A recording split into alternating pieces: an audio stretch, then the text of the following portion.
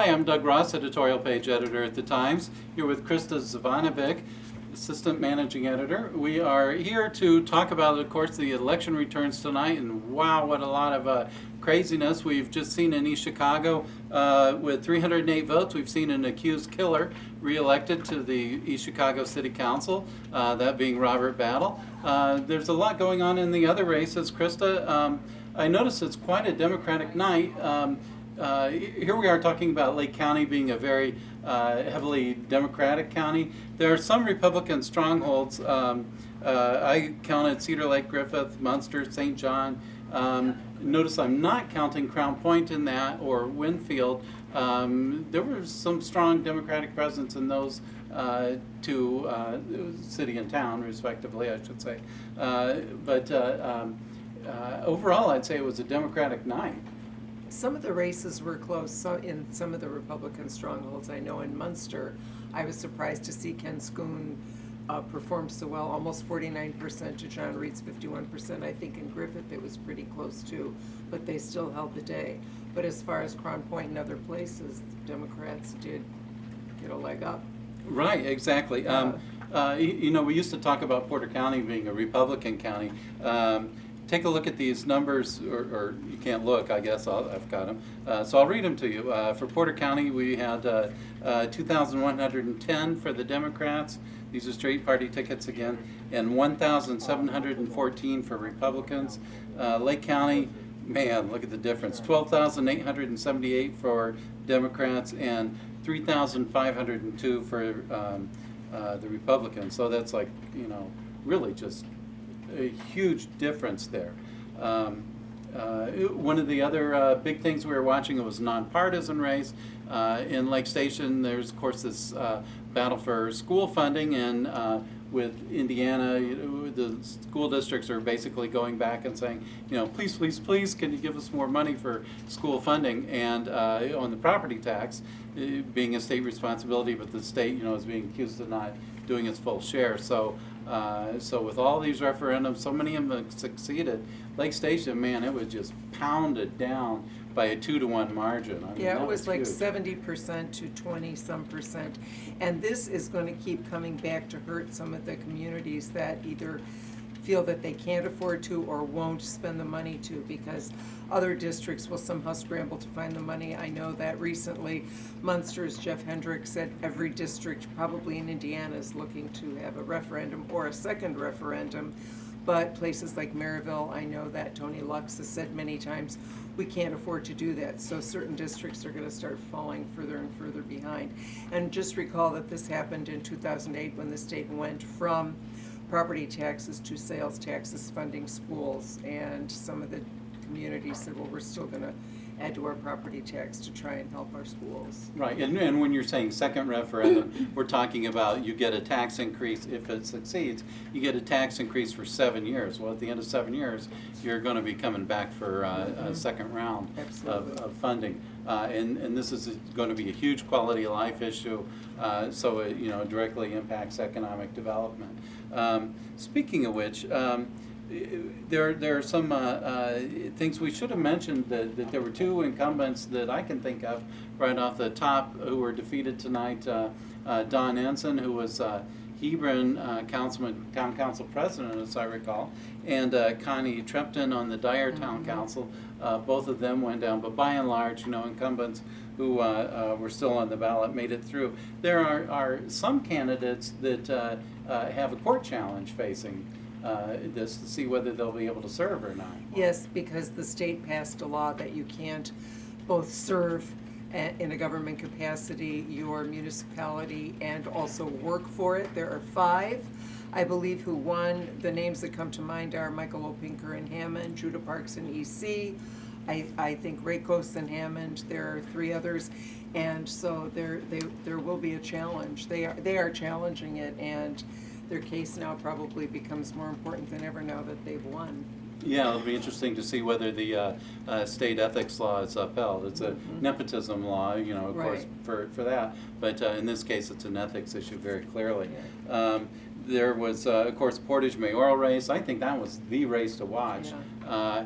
He won by about 200 votes, give or take, and that was a crazy one because in Portage, the polls were open an hour late because of the poll workers who weren't able to get into the library because the door was locked.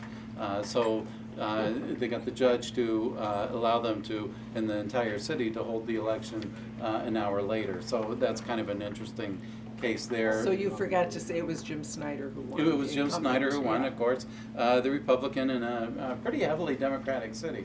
It had a pretty tough challenge from Brendan Clancy. Yes. You know, of course, he's got the township trustee experience, and you know, he's got a strong background. So, so Snyder squeaked in. That one, there were some other close votes. There was in Winfield Town Council.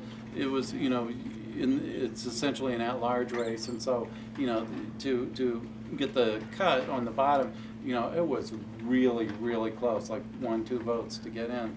And there was a Lowell Town Council race, as I recall. Yeah, it was Ward 1, I think. Yeah, exactly. 10 and votes, 10 votes, wasn't you it? know, Yeah. that's pretty close too. Yeah. I mean, there weren't a large number of votes cast, but still 10 is Right. a pretty close margin in that.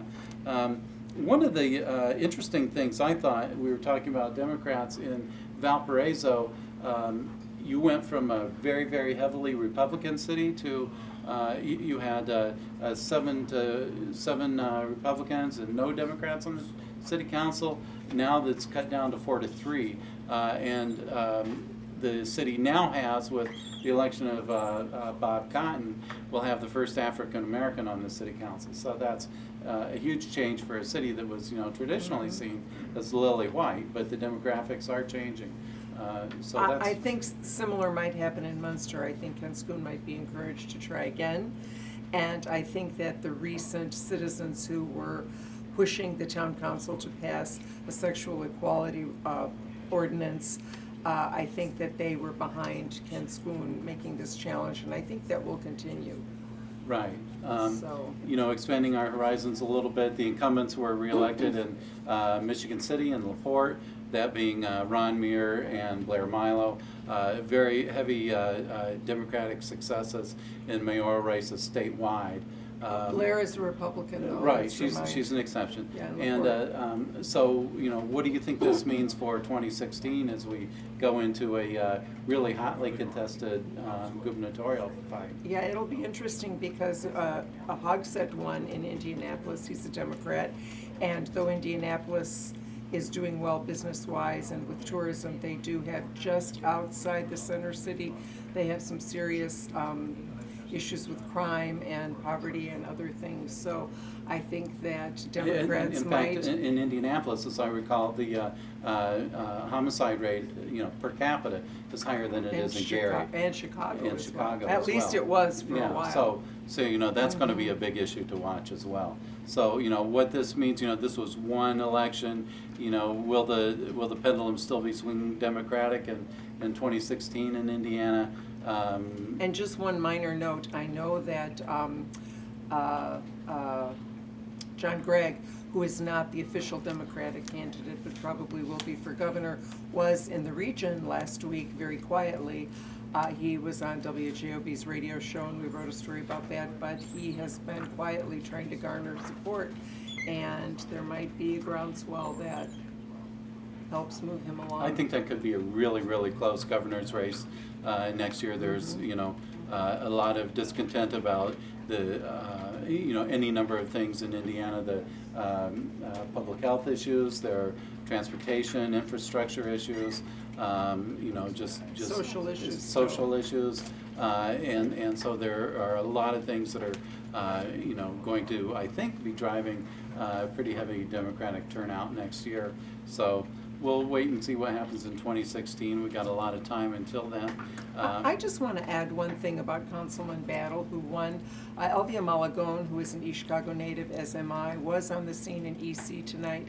And several constituents had some positive things to say about Councilman Battle, that he had done good things for the neighbors and the neighborhood. So you are innocent until proven guilty. So I just wanted to make sure that we made that clear, that we're not casting aspersions or judgment in any way, and. But it's difficult to run in a race when your campaign Exactly. headquarters is the Lake County Jail, so. And he's in court on November 17th to try and see if he can get bail, so we'll see. Yeah, it'll be an interesting one. So I'm afraid that's all the time we have. Thank you for viewing.